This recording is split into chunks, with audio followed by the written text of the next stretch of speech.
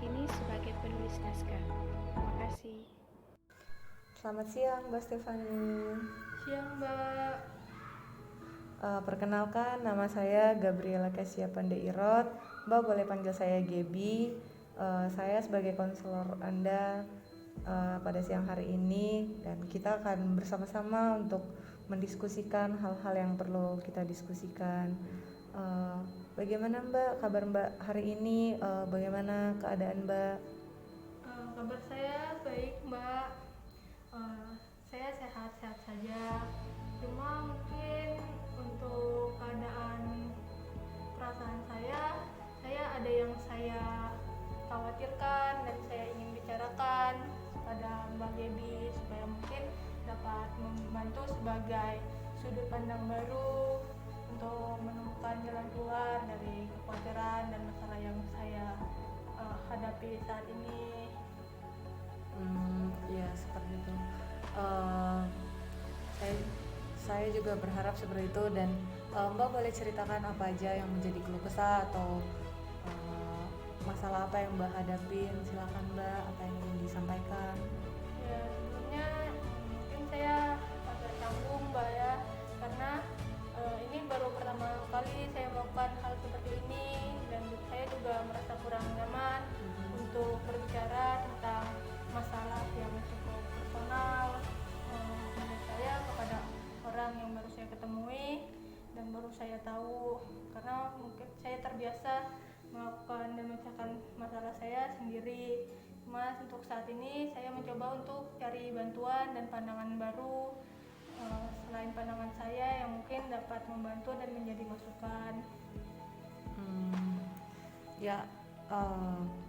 Perasaan yang Mbak rasakan tuh sebenarnya normal ya, untuk merasa canggung atau merasa nggak nyaman untuk menceritakan hal-hal terlebih khusus yang personal kepada orang yang baru Mbak temuin atau orang-orang yang baru Mbak kenal, seperti itu ya. Dan saya juga banyak menemui orang-orang yang seperti Mbak gitu, ingin menceritakan masalahnya tapi merasa nyaman, tapi seiring berjalannya waktu mereka mulai terbuka, mereka mulai nyaman untuk menceritakannya, dan saya juga berharap Mbak bisa merasakan hal yang demikian. Dan pada pertemuan kita kali ini, kita memiliki waktu kurang lebih 30 menit Mbak. Mbak boleh menceritakan apa aja masalah-masalah yang Mbak hadapin, hal-hal apa aja yang Mbak rasakan, dan saya akan mencoba untuk membicarakannya dan kita mendiskusikannya bersama-sama. Silakan Mbak, Mbak boleh menceritakannya perlahan-lahan aja Mbak, nggak apa-apa. Saya akan coba untuk mendengarkannya. Ya, saya juga berharap saya mungkin nanti akan jadi lebih nyaman berbicara dengan Anda. Tapi saya mau beritahu untuk masalah saya saat ini sih, saya kena masalah Mbak untuk dalam motivasi saya untuk belajar, yang mungkin saya takut nanti akan mengganggu saya ke depannya. Jadi Mbak merasa penurunan motivasi belajar ya untuk saat ini. Mbak bisa ceritakan kan kira-kira kapan sih spesifiknya Mbak mulai merasakan penurunan dalam motivasi belajar ini? Saya sih merasa penurunan motivasi belajar ini sekitar 1 tahun yang lalu sih Mbak. Yang pada awal kita mulai online, karena itu kan pas mulai masa pandemi, semua situasi kan berubah, semua menyesuaikan dengan situasi pandemi. Situasi pun jadi tegang gitu, banyak lockdown terjadi. Nah, itu pas lockdown itu jadi susah untuk termotivasi belajar. Karena yang biasanya ketemu dengan teman tidak ketemu, yang biasanya bertatap muka dengan dosen tidak bertatap muka. Jadi saya juga susah untuk bertanya dan susah juga untuk termotivasi untuk mengerti materi yang dosennya kasih juga mengerjakan tugas.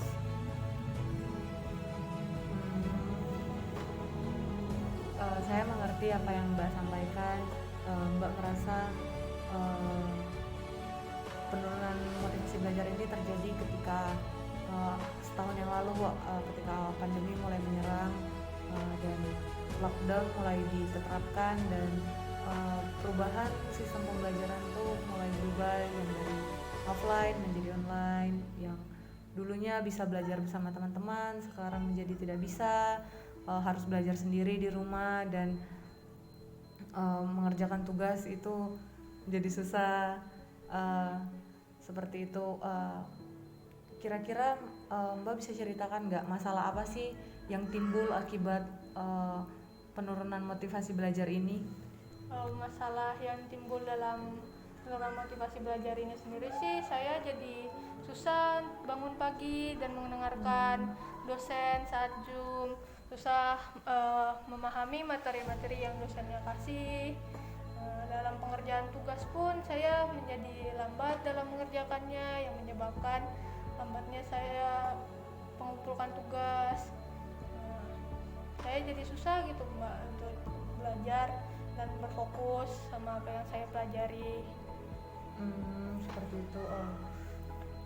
Jadi Mbak merasa masalah yang timbul akibat penurunan motivasi belajar ini, Mbak jadi kurang fokus untuk mendengarkan penjelasan dari dosen-dosen, Mbak jadi Mbak jadi kurang memahami materi yang diberikan dosen seperti itu ya, dan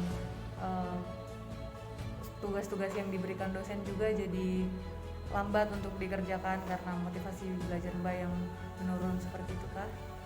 Iya Mbak. Jadi lalu kekhawatiran apa sih kira-kira yang Mbak rasakan akibat motivasi belajar Mbak ini?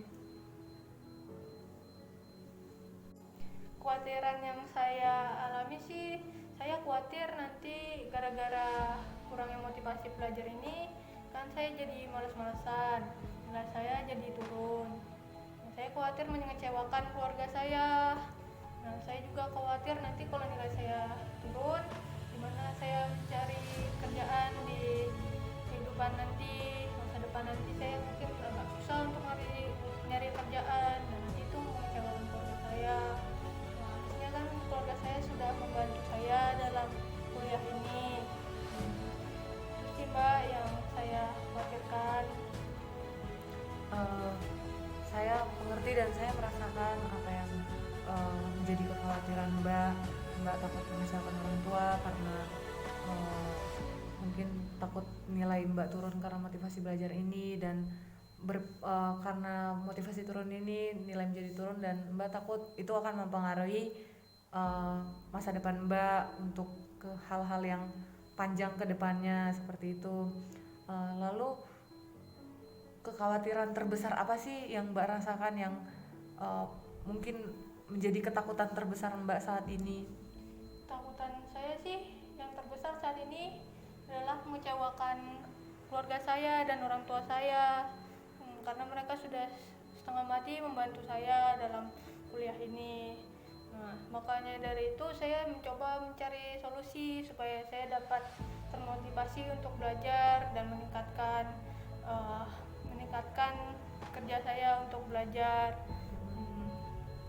Jadi saya tuh mulai belajar kelompok, mengerjakan pekerjaannya secara bertahap. Jadi saya biasanya untuk mengerjakan tugas saya ngerjakan setengah jam saya kerjakan. Nanti kalau sudah saya merasa jenuh, lelah, saya stop dulu, saya istirahat. Nanti kalau sudah termotivasi lagi, saya mulai belajar lagi. Itu sih yang saya lakukan Mbak untuk sekarang ini. Saya mengapresiasi sih apa yang Mbak lakukan, dan saya terkesan dengan usaha yang Mbak kerjakan untuk membangkitkan motivasi belajar Mbak, dan saya juga terkesan dengan tujuan Mbak, takut untuk mengecewakan orang tua, itu Ya, dan usaha Mbak untuk melakukan membangkitkan kembali motivasi belajar itu adalah hal yang luar biasa yang Mbak bisa lakuin tentunya, dan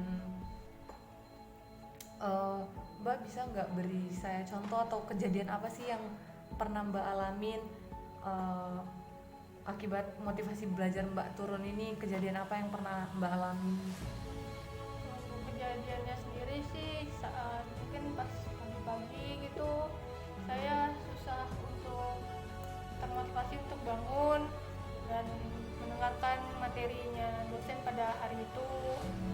Saya juga susah terfokus dalam materi tersebut karena saya tidak ada motivasi sama sekali untuk mendengarkan ataupun bangun pada hari itu. Ada juga pada waktu itu karena saya tidak ada motivasi untuk mengerjakan tugas, saya sampai telat mengerjakan tugas dan telat mengumpulkan tugas-tugas. Saya sampai mengerjakannya pada malam hari yang berakibat pagi harinya saya susah bangun dan juga jadi susah juga terfokus sama apa yang dosen katakan. Jadi Mbak menjadi kurang fokus seperti itu, dan kejadian yang pernah Mbak alami itu kan susah bangun pagi seperti itu ya Mbak, untuk Ya, Mbak. menghadapi perkuliahan, dan untuk mengerjakan tugas itu menjadi karena kurangnya motivasi jadi malas-malasan gitu mengerjakannya, dan mengerjakan dalam waktu yang benar-benar mepet, jadi terkadang malah jadi terlambat mengerjakan tugasnya, mengumpulkan tugasnya. Iya, Mbak. Itu memang menjadi masalah baru buat Mbak, karena kan Mbak tidak bisa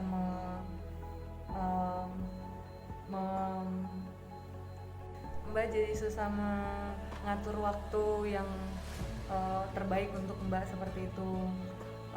Lalu menurut Mbak, apa sih usaha yang bisa Mbak lakukan untuk memperbaiki semuanya atau meningkatkan motivasi belajar Mbak itu? Menurut Mbak, hal-hal apa sih yang bisa membangkitkan itu?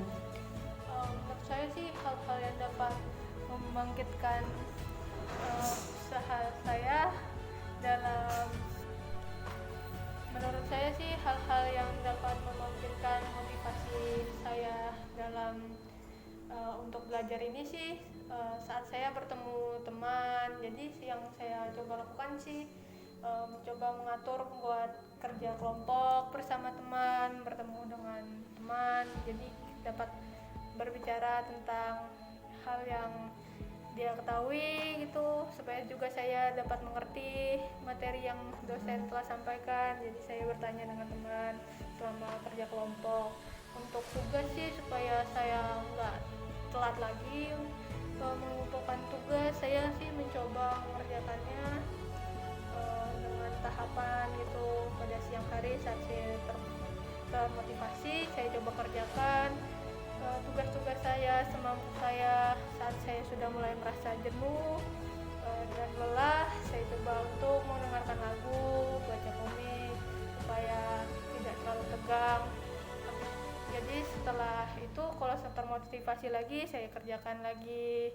Nah, itu saya lakukan sebisa mungkin tidak sampai larut malam, supaya besoknya mungkin saya tidak terlalu ngantuk dan bisa berfokus dengan apa yang dosen katakan dan materi-materi yang dosen berikan. Itu sih Mbak usaha saya untuk dapat termotivasi untuk belajar.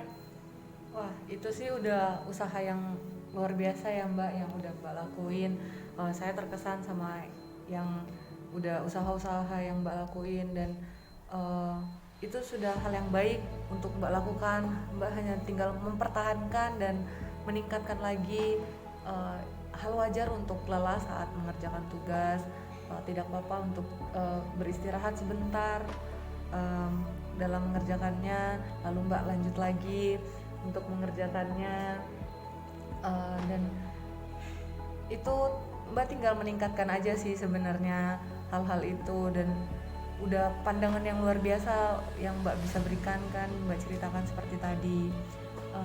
Ya, kesimpulan yang bisa saya ambil sih, Mbak itu memang mengalami penurunan motivasi belajar dari awal pandemi mulai terjadi.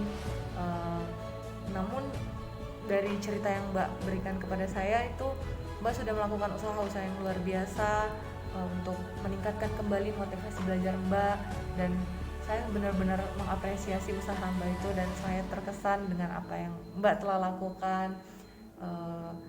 Dan menurut saya itu sudah hal yang cukup untuk Mbak dalam meningkatkan motivasi belajar ke depannya. Untuk sekarang sih menurut saya itu sudah luar biasa ya Mbak. Jadi untuk sesi diskusi kali ini mungkin sudah cukup ya Mbak. Tinggal Mbak melaksanakan apa aja yang Mbak sudah lakukan sebelumnya, meningkatkannya kembali. Kurang dan lebihnya mungkin saya mohon maaf. Kita setelah melewatkan waktu yang cukup panjang saat ini, dan jika ada hal-hal yang ingin Mbak pertanyakan atau ingin Mbak sampaikan lagi, bisa disampaikan pada pertemuan kita berikutnya. Dan tetap semangat Mbak untuk terus termotivasi dalam belajar. Ya, Mbak, makasih. Terima kasih.